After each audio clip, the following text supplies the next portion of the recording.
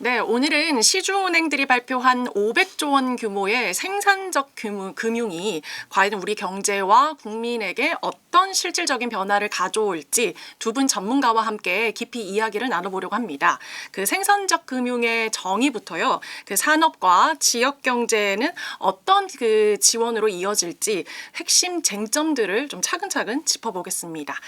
어서 오십시오. 안녕하세요. 네, 안녕하세요. 네, 저희 여기 생산가 포용금융연구회 임수강 부회장님이시고요. 이분 서강대 로스쿨 이상복 교수님이십니다. 500조 원이라는 그 생산적 금융이 국민이 실제로 뭐가 달라질까가 제일 궁금하긴 하거든요. 뭐 예를 들면 대출 금리라든지 아니면 뭐 자금 조달 접근성처럼 그러니까 국민이 체감할 수 있는 변화를 좀 어떻게 보시는지 먼저 여쭤보겠습니다.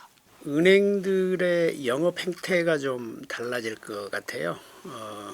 그동안에 이제 은행들이 주로 개인 부유층을 대상으로 한 담보대출 중심의 영업을 했다면 이제 기업대출 쪽으로 이제 많이 흘러갈 테니까 이런 영업 행태가 좀 달라질 것 같고 영업 행태가 달라짐으로 해서 이제 은행에 종사하는 분들의 어떤 뭐 성과를 평가하는 기준 뭐 이런 것도 달라질 테고 또 이제 당연히 은행을 이용하는 고객 입장에서도 이제 이렇게 달라질 텐데 담보 대출을 좀 받기가 좀 어려워질 것 같은 거는 이제 분명한 것 같고요. 금리도 더 높아질 수 있겠고 그러나 이제 그게 나쁜 거냐 그렇지는 또 않은 측면이 있는 게 첫 그 집을 마련한 분들한테는 금융으로 이제 당연히 지원을 해줘야 되는 거지만 여러 채를 늘려가는 이런 분들한테는 좀 불편함이 따르더라도 그건 오히려 뭐 사회적으로 바람직하지 않을까 뭐 그런 생각을 해봅니다. 당장 체감 받는 거는 뭐 별로 없을 것 같고요. 가계대출에서 기업대출로 큰 방향이 전환되는 거 아닙니까? 네. 그러면은 그 용어 그 자체로 기업들은 생산적 금융을 어쨌든 돈을 대출 받아갖고 투자를 할 거 아닙니까? 투자를 하면은 신규 투자를 많이 할 텐데 그러면 일자리가 창출될 수 있는 거 아니에요. 그래서 양질의 일자리가 창출되면은 그 혜택은 국민들한테 돌아갈 거 아닙니까? 그러니까 그거를 가장 그 먼저 체감할 수 있는 분야를 꼽을 수가 있겠고요. 그리고 또 하나는 그 가계대출 부분이 줄어든다는 얘기는 주로 주택담보대출, 그다음에 나아가서는 부동산담보대출 부분으로 그런 부분이 좀 기업대출 쪽으로 전환되는 건데 그 부족한 부분들은 그 정책금융 쪽으로 정책 서민금융 쪽을 좀 강화하면은 그 저신용자 저소득자 대출도 좀 보완할 수 있고 또 하나 그 상호금융기관들 있지 않습니까? 그 신협, 농협, 수협, 산림조합, 새마을금고 사실은 그들 본연의 기능은 그 조합원들이나 비조합원들한테 서민금융을 지원해 주는 거거든요. 네. 그래서 본연의 역할을 되찾을 수 있다. 안 그래도 담보대출 얘기가 나오셔가지고 이제 은행들이 항상 이 꼬리표처럼 따라다니고 있는 이 문제들을 좀 한번 나는 얘기를 좀 해보려고 하는데 지금의 약간 금융구조 자체가 이 생산적 금융을 오히려 가로막고 있다. 약간 이런 지적들 계속 많이 나오잖아요. 두 분 보셨을 때 이 한국금융이 거의 20년 넘게 거의 뭐 부동산 담보, 예대마진 중심에 머물러 있는 것 같은데 왜 이게 이렇게 고착화되었을까요? 금융 구조 조정의 어떤 안 좋은 효과라고 봐요. 우리나라가 외환위기 이후에 공적 자금을 170조 원을 투입을 해서 그다음에 이제 금융 구조 조정을 했습니다. 그 원칙이 경쟁을 통해서 경쟁력을 강화한다. 뭐 이런 원칙도 있고 뭐 대형화나 겸업화 이런 것도 있고 또 시장 개방 이런 원칙들이 있었거든요.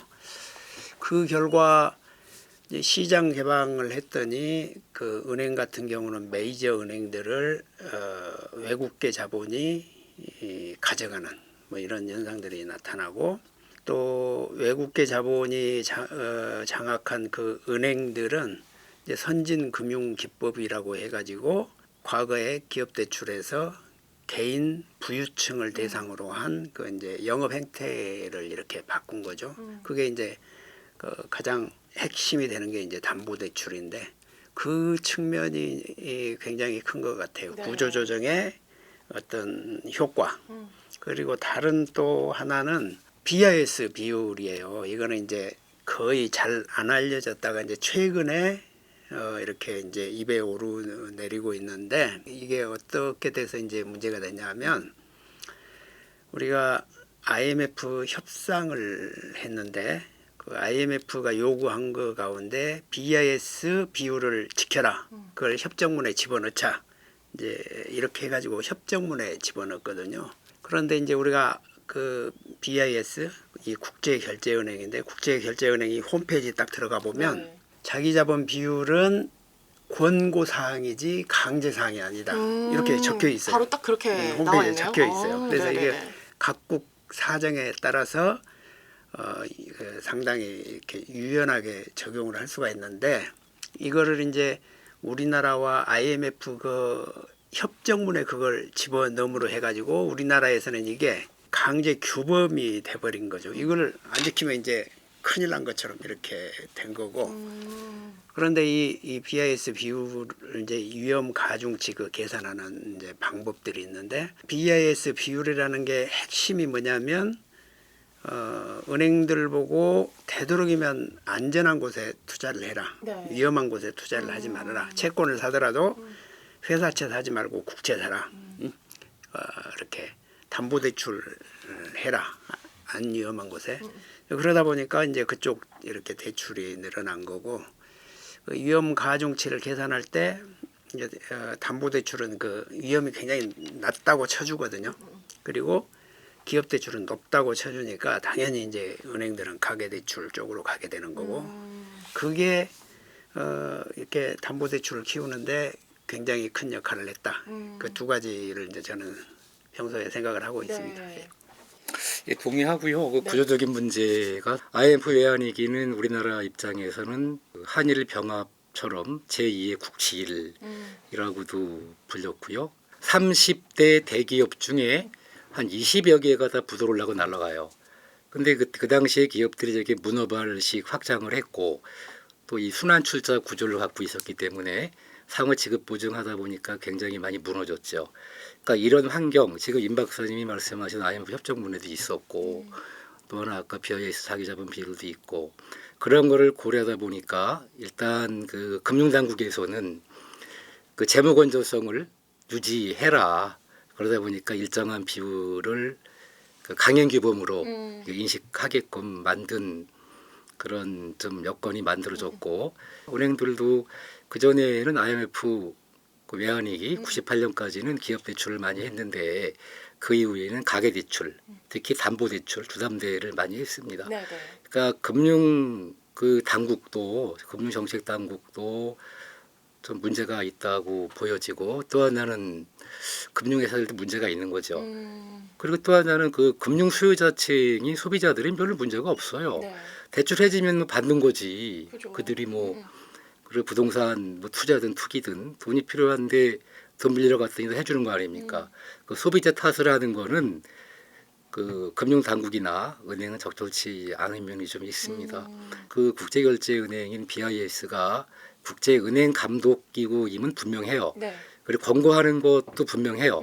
그래 그걸 갖다가 마치 뭐 성경 말씀처럼 우리가 반드시 지켜야 된다 그런 건 없고요. 반드시 따라야 되는 것도 아니고. 그리고 또 하나는 시중은행이나 뭐 지방은행이나 상호저축은행이나 나름대로 이제 건전성 마련해갖고 그 비율을 좀 조정할 수도 있습니다. 네. 예, 그러면은 그 자기자본 비율을 좀 낮춰주면은 지금 같은 경우도 생산자 금융 쪽으로 좀 돈을 쏠 수도 있는 거고 특히 지방은행 같은 경우는 그 지역 경제 살리는 거하고 맞물려 있는데 네네네. 은행법에 적용을 받는 은행 같은 은행이라고 해서 지방은행도 똑같은 잣대로 적용하는 거는 좀 문제가 있는 거죠. 그러니까 유연하게 유연하게 적용을 할 필요가 있고 그게 꼭 그리고 뭐 법률에 나와 있는 것도 아니에요. 네. 시행령 감독 규정에 나와 있는 건데 감독 규정은 금방 개정할 수 있거든요. 그죠. 그러니까 유연하게 좀 균형 감각을 갖고 대처하면은 훨씬 더 수월하게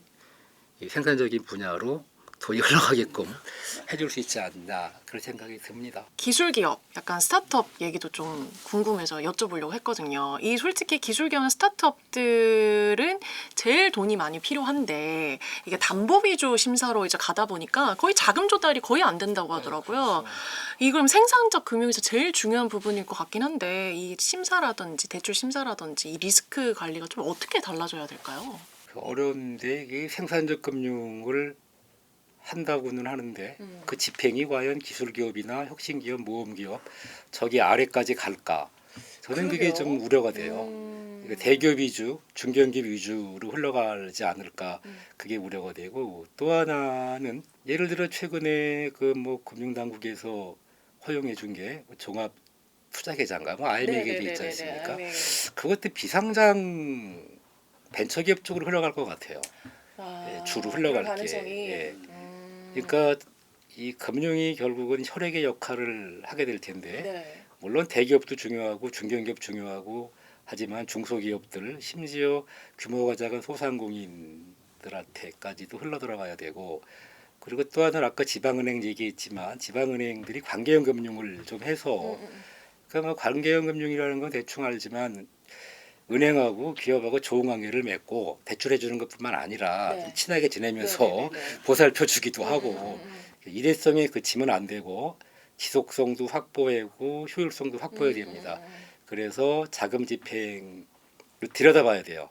자금이 제대로 집행되고 있는지 그 지원을 받은 기업들이 제대로 쓰고 있는지도 들여다봐야 되고요. 그 초석을 놓으려면은 부동산 담보 대출 이외에 다른 나라처럼 다른 나라가 다 합니다.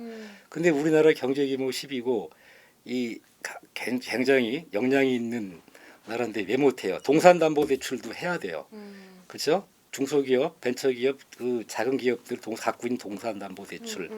그러려면은 동산 그 담보 평가 기관도 좀 만들어야 되고 또 하나는 IP 지재권 있지 않습니까? 네. 지재권 담보 대출도 해야 되고 그다음에 그 지재권 IP라고 하는 IP 거래도 좀 제대로 한번 해봐야 된다고 봐요. 기업들도 파괴적 혁신을 해야 되지만 아까 얘기했던 정부 주요 부처들도 파괴적 혁신 사고를 가져야 돼. 왜 서학개미들이 늘어나느냐? 돈이 몰린단 말입니다. 네. 인재가 몰리죠. 그렇죠. 모든 나라의 사람들이 투자로 가는 거야. 그러니까 첫째는 세계 금융 중심 강국이야 미국이. 그러니까 우리도 금융에 신경 써야 되는 거고. 두 번째는 지금 말씀하신 대로 그 빅테크 기업을 비롯해 갖고 매거니피선트 세븐, 뭐 M7 있지 않습니까? 걔네들은 파괴적 혁신을 합니다. 아까 얘기한 대로. 그리고 세 번째는 미국은요. 우리 시장하고 다시 먹을 게 있어요. 먹을 게. 기대 수익이 있는 거예요. 미국 기업을 신뢰하는 거야. 네. 근데 한국에 투자하는 한국 투자자들이 한국인들이 한국의 기업을 신뢰를 안 해. 못 해. 정책 당국에 대한 신뢰도 약해. 말 바꾸기 자주 하고 심도 있게 연구를 해갖고 제대로 된 정책을 집행해야 되고 단계적으로 그러면 한국의 투자자들이 한국 정책 당국도 신뢰를 할 거고 저는 이 관계형 금융이 굉장히 중요하다고 봐요. 네. 관계형 금융을 해야 되는데 그러니까 은행들이 과거 한 20여 년 동안 그 거래 원가라는 걸 굉장히 중요시했거든요. 네. 아주 세밀하게 그 원가들을 따졌어요. 그러니까 최대한 줄이려고 했는데 그 이렇게 BPR이라고 해서 업무 처리 과정을 개선한다. 이제 이런 것들을 열심히 했어요. 그게 이제 그 거래 원가를 줄인다는 건데 이제 은행들이 영업하는 방식은 크게 보면 이제 두 가지가 있는데 하나는 우리가 지금 얘기하고 있는 관계형 그런 그 거래 방식이 있고 네. 또 이렇게 시장 거래 중심 방식이 있는데 관계형을 하려면 그 기업 찾아가서 이렇게 사정을 살펴야 되거든요. 사람도 만나야 되고 이게 귀찮거든요. 돈도 많이 들고 부지런해야 되고. 근데 거래형으로 하면 이제 그 이미 알려진 정보를 이제 이게 컴퓨터 프로그램으로 뭐 스코어링 따져서 이렇게 이제 하는 건데 비용이 훨씬 더 덜 들어요. 근데 그 비용을 강조를 하다 보니까 관계형을 무시하고 이제 거래 이렇게 시장 거래 중심으로 이제 은행들이 영업을 하고 있는데 관계형을 소홀히 하면 이제 방금 얘기했던 그 거래가 좀 없는 그 이런데 그러니까 초기 기업들 네. 뭐 이런 데라든가 중소기업들 이런 데는 이제 자금이 안 흘러가는 거고 담보대출 뭐 이렇게 하면 이제 안 흘러가는 거기 때문에 그 흘러가게 할 수 있는 거는 관계형 이거 영업을 하는 거거든요. 관계형 영업. 가서 살펴봐야 되는 거죠. 네, 이게 네, 이게 네. 진짜로 전망이 있는 거지. 사람도 만나보고. 아무튼 정부가 선도적으로 이제 그 스타트업 기업들을 지원을 해줘야 될 필요가 있긴 해요. 네. 왜냐하면 위험이 이제 워낙 크니까 금융기관이 바로 들어가기는 쉽지 않은 이제 이런 면이 있기 때문에 그렇지만 이제 그 성장 단계별로 좀 이렇게 시간이 흐르면 은행들이 관계형 이 영업 기법을 굉장히 후진적으로 취급하는 이런 사회적인 이런 게 있어요. 오히려 훨씬 이렇게 발전시켜야 된다. 거래형 금융 이런 거 은행들이 지금 하고 있는 거는 네. 매출만 보는 거예요. 네네. 관계형 금융은 이런 거잖아요. 뭐 현재 담보물이 좀 담보가 약하고 신용이 약해도 미래 성장 가능성. 임 박사님 말씀대로 찾아가서 관계를 맺고 이렇게 봤더니 뭐 경영진들의 그 역량이나 의지 이런 게 확실해. 연구 개발하는 것도 볼 수 있잖아요. 그렇죠? 그럼요. 이게 뭐 로봇이다, 뭐 바이오다, 물론 이게 돈이 많이 드는 거지만 예를 들면은 야 이거 대단하네. 그러니까 한마디로 정량 평가만 하지 말고 정성 평가도 하라 그거예요. 근데 또 반대로 은행한테만 너무 위험 부담을 또 떠안는 거 아니냐? 은행만 이렇게 위험을 또 그러니까 떠안는 근데 거 또 아니냐? 누가 또 맡아요. 아니 그러니까 은행이 이런 우려 여쭤보려고 했는데. 은행이 굉장히 덩치가 제일 크고 네, 금융기관 중에 은행이 제일 큰 거고 그리고 우리나라가 원래 출발할 때 은행 중심 구조잖아요. 맞습니다. 그러니까 유럽 쪽이 다 은행 중심이고 영미 정도 미국 시장 중심 뭐 증권사 뭐 IB라고 하는 거 중심이고 어째 은행이 제일 규모가 크고 네. 그리고 은행이 또 하나 공공성도 제일 강하고 예, 또 역사 연역적인 문제도 있고 그렇습니다. 물론 또 요새 뭐 그 규모가 큰 증권회사들, 아까 IMA 계좌니 뭐 그리고 그 전에 뭐 발행어민이 여러 가지가 있는데 증권사들도 글쎄 시장 중심 얘기를 하는데 은행 중심, 시장 중심 얘기를 하는데 네. 우리나라는 기본적으로 은행 중심이라고 봐요.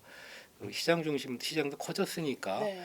물론 대형 증권사라고 할 수 있는 종합금융투자사업자나 최근에 그 IMA 계좌 뭐 허용하는 쪽 거기도 역할을 좀 해야 되겠죠. 네. 꼭 우리나라는 투자한 벤처 캐피털사들이 IPO를 해야지만 투자 자금을 회수하는데 네. IPO 이전에 시장을 그 세컨더리 마켓이라고 하는 펀드 거래할 수 있는 시장도 열어줄 필요가 있어요. 네. 네. 생산적 금융 해가지고 그 관련해 가지고 약간 좀 강화되는 게 좀 있는 것 같아요. 이제 어떤 거냐면 기존 제조업에 대한 금융도 네. 중요한 생산적 금융이거든요. 그러니까 그 2015년에 조선업 종이 이제 굉장히 우리나라 위기에 몰렸어요. 거기 종사자들이 뭐 20만 명이었는데 뭐 2, 3년 뒤에 8만 명만 남았다 이제 뭐 이랬거든요. 더 이상 이거 전망이 없다 이제 이런 얘기가 있었고 전부 다 그 은행들이 이 보증을 서주고 있었는데 RG라고 그러죠. 네. 그 이렇게 보증을 서줬는데 그걸 다 철수를 그냥 한 거예요. 그래서 이제 무역 보증 보험이 이제 그 자리를 대신 이제 들어가서 해주긴 했는데 이제 규모가 훨씬 그래도 줄어들 수밖에 없었죠. 그게 바로 전형적인 생산적인 금융인데 역할을 못한 거죠. 그러니까 조선업 지원해 주는 게 지금 조선업 잘 나가잖아요. 네. 그때 다 문 닫았으면 어떻게 할 뻔했어요. 근데 은행들은 그때 다 철수했어요. 네. 근데 그 이제 정부 기관이 가서 이제 다는 아니고 많은 부분을 메워줬지만 왜 그랬을까를 생각을 해보면 은행들이 첫째 조선업을 잘 모른 거죠. 산업을 모른 거죠. 그러니까 산업을 분석을 한다든가 뭐 이런 게 은행에 갖춰져 있어야 되는데 없어요. 산업 자체에 대해서 전망을 하고 뭐 평가를 하고 이런 능력이 안 됐던 거죠. 그 조선업뿐만 아니라 앞으로도 이제 이런 일들이 많이 벌어질 거고 전통 기업에 대한 지원 거기도 얼마든지 그 부가가치를 많이 생산할 수 있는 그 기업들이 있거든요. 그 아무튼 그거를 덜 강조하는 이런 좀 분위기가 있는 것 같아요. 근데 그것도 그거는 경계해야 될 몹시 중요하다. 안 그래도 이 생산적 금융을 약간 실질적으로 좀 확대를 하려면 어떤 산업 분야에 우선적으로 이제 검토를 해야 되냐라고 이제 질문 드리려고 했는데 기본 이 제조업이나 이런 부분을 좀 신경을 쓸 필요가 있겠네요. 은행들도. 예를 들어 철강 하면은 다 들어가잖아요. 이렇게 어디에 뭐 조선은 그 해양 방산이에요. 군함 같은 거 잠수함 이런 거잖아요. 영원히 계속 가야 되는 산업들이잖아요. 그리고 시간이 흘러가면서 과학기술 혁명, 산업혁명을 저는 과학기술 혁명이라 그러는데 새로운 산업군은 계속 등장할 거예요. 근데 기본적인 그 제조업 분야가 탄탄하지 않으면은 못 가는 거거든 이거는요. 맞습니다. 우리나라가 뭐가 있어요? 인적 자원밖에 없잖아요. 그러네요. 인적 자원을 사람을 좀 인재들을 길러 갖고 그런데 모든 분야를 갖다가 연구하고 생산하고 그걸 은행이든 뭐 어쨌든 딴 기관들이 활용할 수 있는 그런 시스템을 좀 철저하게 치밀하게 짜야 된다고 봐요. 그래서 지금 이제 은행들이 생산적 금융을 하겠다고 해가지고 뭐 몇 조 발표하고 몇 조 발표하고 그러는데 그것들이 보면 대부분 첨단 산업에 뭐 포커스가 가 있고 네. 아까 제가 말씀드렸던 조선업이니 뭐 이런 거를 어떻게 하겠다 이런 거는 좀 빠져 있는 거 아닌가 이제 이런 생각이 들어요.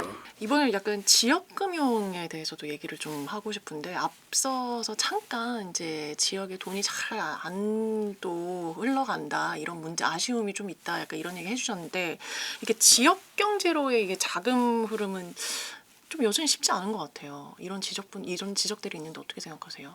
그 지역적으로 보면 요상하게도 첨단 산업이 수도권에 많이 배치가 돼 있어요. 이 전통 산업이 지역에 이제 뭐 부울경이니 저기 목포니 뭐 군산이니 이렇게 이제 돼 있다 보니까 근데 발전을 또 이 첨단 이렇게 산업에 이끌고 가니까 전통 산업은 뭐 제조업 공동화니 뭐 이런 얘기도 나오고 그래서 지역과 수도권 격차가 벌어지는 중요한 이유 가운데 하나가 그 이 양대 산업의 발전 속도인 것 같아요. 그거에 영향을 많이 받는 것 같아요. 그러니까 지역에 있는 산업들은 오히려 이렇게 죽어가고 있고 수도권만 이렇게 막 발전하는 이제 그게 이렇게 불평등이 나타나는 중요한 원인인데 거기에 전통 제조업을 그 살리는 이제 이런 노력들이 이제 추가가 돼야 되는데 지역에 이 배치되어 있는 이 산업들을 이렇게 포기하지 않고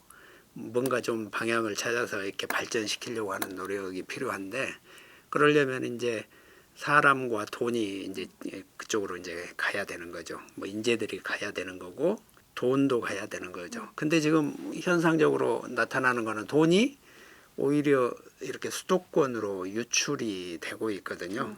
돈이 최소한 유출이 안 되고 그 수도권에 머물러 있도록 하는 이게 이제 굉장히 중요한 것 같아요. 기본이 지방은행 살리는 거라고 봐요. 네. 지방은행이 지금 옛날에 1도1 은행에서 그 도마다 하나씩 은행이 다 있었는데 네.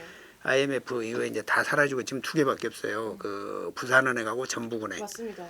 나머지는 이제 그 자회사로 어디 제주은행도 있고 광주은행도 이렇게 돼 있는데 일본 같은 데 보니까 지방은행이 62개더라고요. 근데 규모가 또 적지가 않더라고요. 상당히 커요. 이게 그 지방은행들이. 그러니까 나름대로 그 역할을 잘 하고 있는 것 같더라고요. 지방은행으로서.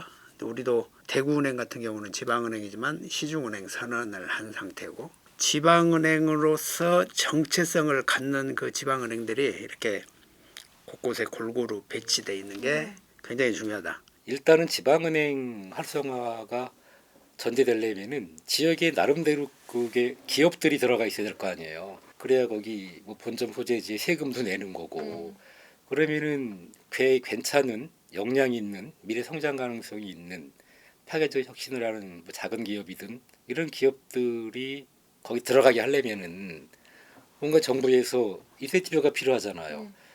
뭐 지자 중앙 정부든 지방 정부든 예를 들어서 전북 고창이다.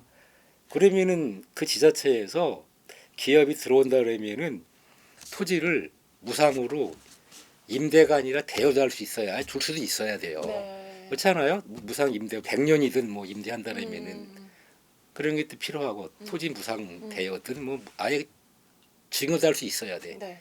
구유지 있지 않습니까? 그 공유지들. 그다음에 뭐 세제 혜택도 있지 않습니까? 국세든 지방세든 아주 그냥 파격적으로 해야 돼요. 이렇게 뭐 짜잘하게 하지 말고 네. 세제 혜택.